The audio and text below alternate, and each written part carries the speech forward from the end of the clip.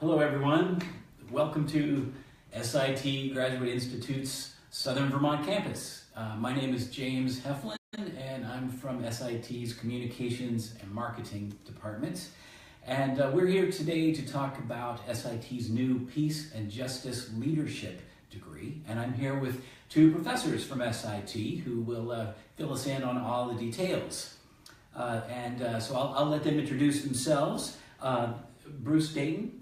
Yep, so my name's Bruce Dayton. Hi everybody. So I'm an associate professor here and I teach in the field of peace and leadership and justice studies. I also am the director of something called the Contact Peace Building Institute, which is a 3-week summer program we hold on campus here every June that is for peace builders from all over the world to come to Vermont and to learn from each other and with each other. And that's actually one of the new components of the degree, is all students who would come here for the Peace and Justice Leadership degree would take part in the Contact program.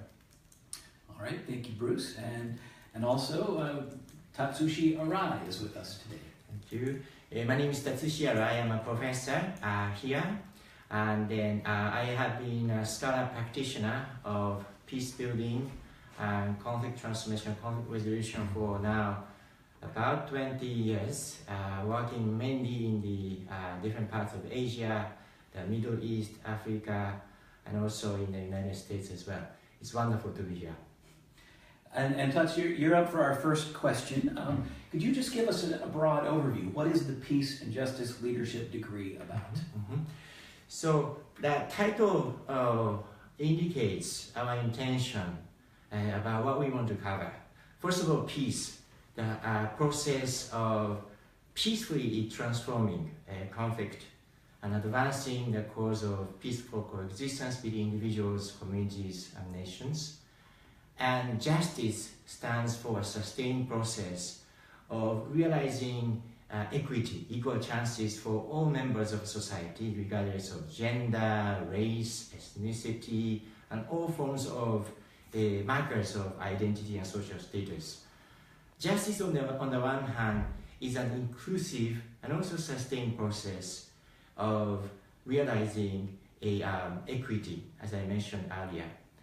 And then leadership actually has an emphasis on doing all forms of peace building and just advocacy, such as mediation, policy advocacy, human rights work, with the spirit of enabling different individuals and communities for a shared goal of peaceful coexistence and just world.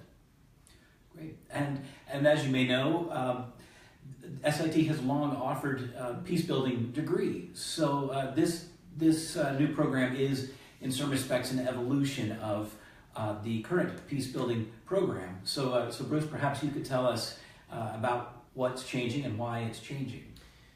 Yeah, so a lot of the program remains the same in terms of our general interest in understanding and explaining why conflicts emerge, why they escalate, what causes them to de-escalate, how to settle them peacefully. So the core of the program is the same, but I think the new title really speaks to a few things. First, there has been a growing interest in the past few years in nonviolent social movements, in activism, into the notion of how can citizens take part in social change in a nonviolent way that's powerful and has results.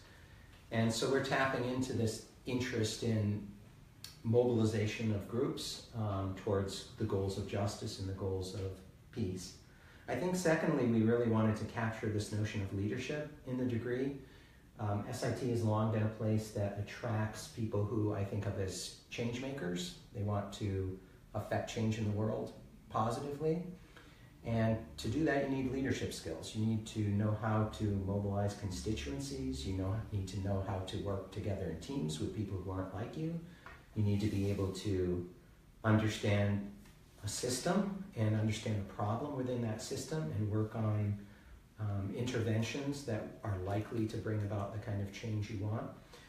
So all of those I consider leadership skills, and a lot of the skills that we teach in the course, like dialogue and mediation, are examples also of skills that leaders need in order to move teams towards objectives. So we're capitalizing on this idea of we're creating leaders. And then I think third, it's because we're all captivated by this complementarity and potential tension between, as Tats was saying, peace on the one hand and justice on the other. You know, there's that saying that you can't have peace without justice, which is really interesting. And so we're interested in what it means to have a peaceful society, and what does it look like to have societies or organizations that are peaceful, but it's what some people call a negative peace. People may not be fighting, but you wouldn't say justice has been achieved.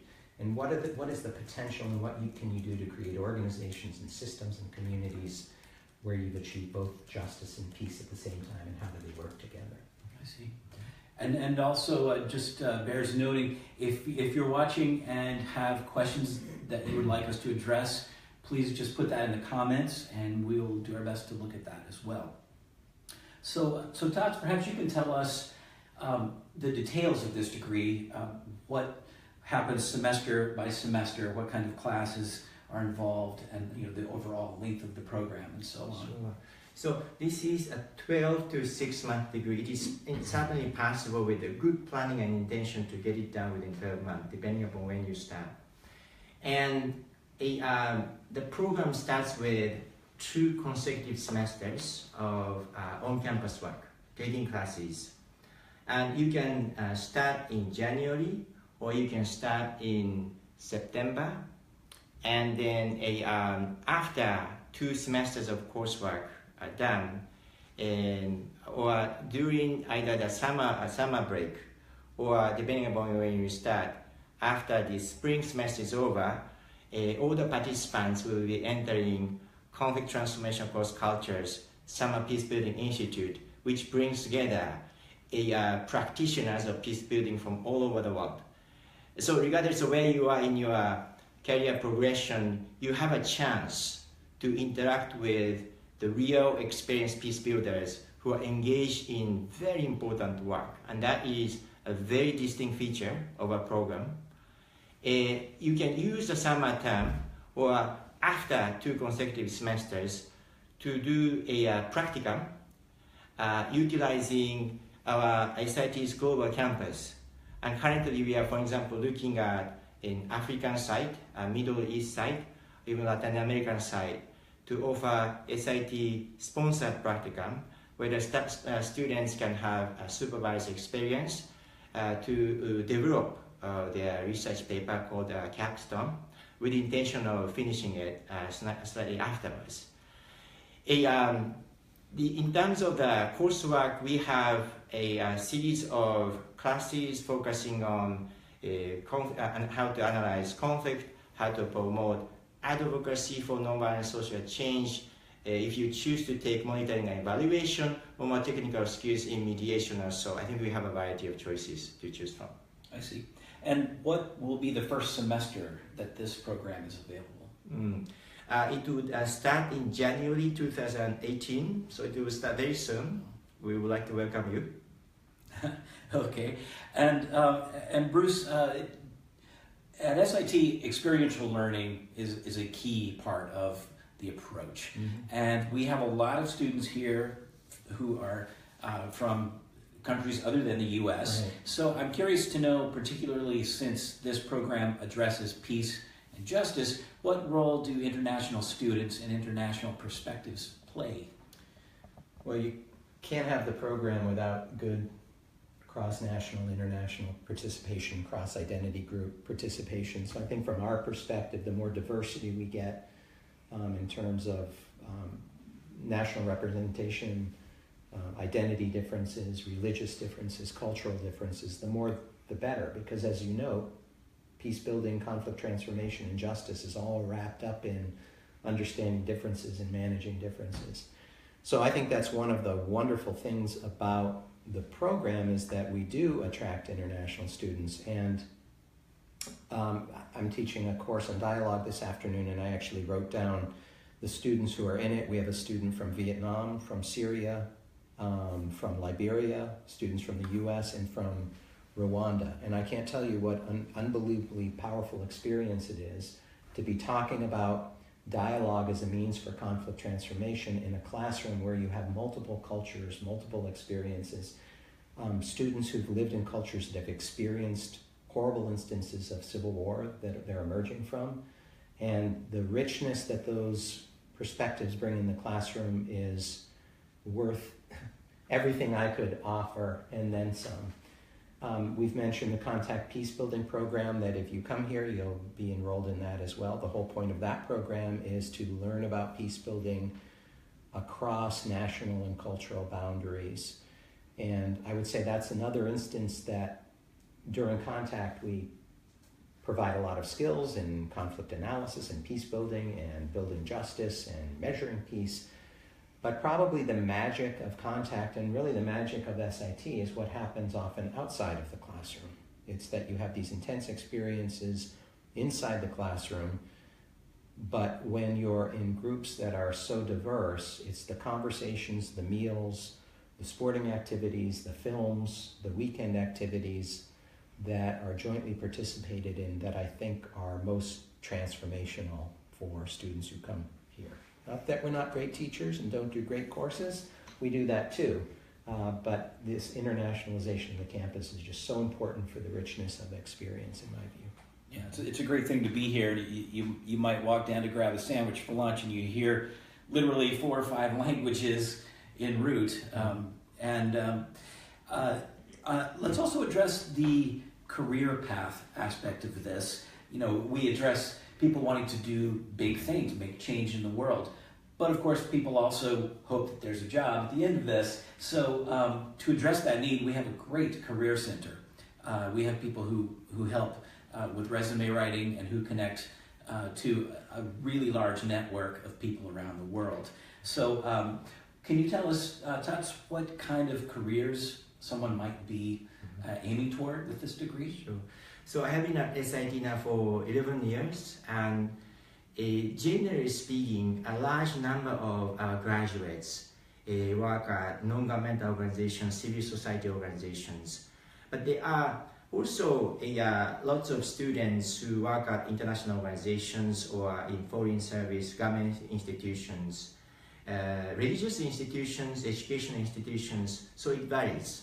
And our philosophy is to be really open to all kinds of talents and passion so that the students can pursue their career plans the way they wish. But from a bird's eye perspective, I can think of 4 different avenues in which students have pursued their career rather successfully. One is an educational avenue, but it is not only to be a teacher, it is a teacher or educator at advanced diversity, inclusion, gender equity, human rights, youth advocacy. So that kind of education is what has been quite popular among many of the alumni.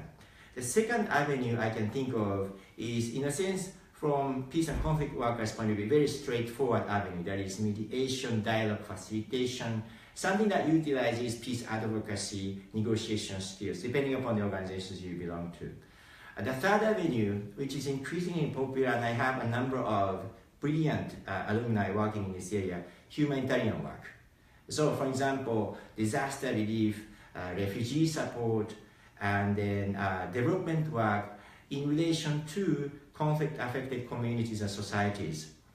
And the fourth and final avenue, in which there are some also very committed alumni working, policy advocacy, and we are welcoming political campaign organizers and then inclusive policy making or implementation professionals. So those are some of the avenues in which our alumni have made significant progress in terms of contributions. And it would be great too to hear about an example or two of students you've had and what they've gone on to do after SIT. Sure. So we have an alumni from the North African context who has led a very important mission in Libya, Sudan, South Sudan, currently working at the United States Institute of Peace as a specialist in the area of countering extremism. And we also have a medical professional who entered our master's degree program currently in the south of the United States doing the disaster relief, combining her expertise in health, trauma healing, and conflict transformation to support those communities. We also have an alumni who is doing a very important work in Washington, D.C.'s socioeconomically challenged area, advocating for youth inclusion and empowerment. So those are only a few out of many, many examples of alumni. Great. And what kind of student, Bruce, do you think is a particularly good fit for SIT and for this program? Well, I want to say all kinds, but I will say honestly, we have some students that come here right out of college, and this is don't go to work first. They come here right into their graduate degree. We have other students that have worked for a couple of years and have come here. We have other students who come here in mid-career and have had careers and are coming back to get a master's degree. I find this to be an incredibly welcoming place, and as we talked about before, the more diversity, the better. So in terms of where you're from and where in your career you're at, it doesn't really matter. Everyone is welcome. But in terms of who particularly I think would enjoy programs like this, certainly you want to be motivated to affect change in the world, to build peace, to mobilize justice campaigns, to do peace education. So students who really want to affect change. I think it's helpful to have students who are analytical in the sense that they're really interested in systems and how systems work. And they recognize that doing peace work or justice work is really complicated, and you can't just do an intervention and expect to change. The first thing you need to be able to do is map an entire system and see how different parts of that system, economic parts, political parts, social relations, how they all intersect, and then choose a way to try to affect change. So you have to have or be interested in a systems perspective. And I guess last, it helps to be interested in taking an interdisciplinary perspective on social change. I don't think that you can study peace and justice and conflict or leadership from a non-interdisciplinary perspective. I'm a political scientist by training, but I have not stayed in the political science realm because I think when it comes to issues like peace and justice and conflict transformation, sociology has contributions to make, political science, economics, international relations, human geography and human systems, social psychology. So if you come here, I think you'll find that all of the professors in the degree take very consciously an interdisciplinary approach to understanding peace and justice. Well, and I'll ask a question for either or both of you to answer. What, in your experience, and you've both been here a while, what is it that sets SIT apart? What is it that makes SIT the right choice? Well, I have also taught at different institutions. I continue to get lecture not only in the United States but also in places like Japan or Turkey and other places. I think my own overall assessment is that this is a very collegial, cohort-based learning environment where professors go by their first names, first of all. People wear jeans, unlike the way I get dressed today. But on a very serious note, it is secondly a retreat setting where people can really reflect on not only an academic aspect of life, but also a deeper meaning of life. This is very important for peace-building work. Experiential learning as a third component, which was already mentioned, so I'm going to skip this component, but it is a big, big push. We don't typically expect to see professors lecturing endlessly, expecting students to listen. We have all kinds of engagement, not only simulations and case studies and all of that, but also professors bringing guitars to the room with the seriousness of engaging students for a best outcome of learning. So in my own experience, we don't have way too many institutions that do that. So that's a very interesting aspect. The fourth aspect I really want to emphasize is that is South Vermont, in this campus in Vermont, is part of the global system of the SIT education institution. So we have an undergraduate educational program that has campuses all over the world, as I mentioned, the Middle East, Africa, Asia, among others.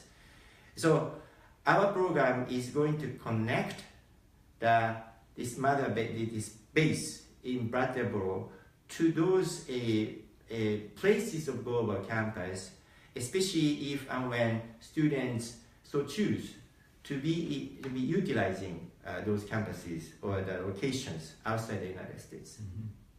Can I just add one Absolutely. thing? So what I'd like to add is people come here for him. And I don't mean just him, but I mean when Tats introduced himself earlier, he talked a little bit about the unbelievable work he's doing around the world, in South Asia, in East Asia, in Africa, working directly with communities who are in conflict to help them understand and transform the conflicts they're experiencing. And I think I point to Tats because I think he exemplifies a dynamic at SIT and something that sets the SIT apart, which is this connection between theory and practice. You can't be a professor, I don't think, and teach well in the classroom unless you are applying your theories in the real world, learning what works and what doesn't, re-examining and changing your theories, and then going out again. So I see SIT as very much of a practitioner-oriented place of learning where fantastic people like my colleague Tats here are constantly going on and affecting change and then bringing those experiences back in the classroom to talk about what he did last week in Myanmar, working with ethnic and identity-based conflicts there. And I don't think students get nearly enough of that in many universities. And I think it'd be good as well to follow up on something that Todd said about the way classes work. The classes I have seen at SIT definitely are marked by some real engagement. So perhaps you can tell us a little bit more about how a typical class might work at SIT. Yeah, so this might scare you away if you're listening, but don't be scared. Classes are long. So I just got out of class right before this, and the class was 1 hour and 45 minutes. But it's not 1 hour and 45 minutes of sitting and listening to a lecture. In that hour, not 1 hour and 45 minutes, 3 hours and 45 minutes. 3 hours and 45 minutes. So in that period of time, my approach, I think most of our approaches, present some content and then have very much of a structured exercise, whether it's a simulation or a scenario, where students then work in groups to apply the concepts that they learned that were introduced at the beginning of class in a group exercise, and then report out about what they learned, how it advanced their understanding. And then I'll introduce some new content, and then we'll do another exercise. And so I think classes are different in that it is this constant presenting, doing, and reflecting, and then presenting. And all of that we found is a very powerful learning environment that is, I think, much superior to just sitting and taking in information from an expert. You're learning not just from the experts, but from each other and from a scenario that you're working in. So I really love that aspect of teaching here.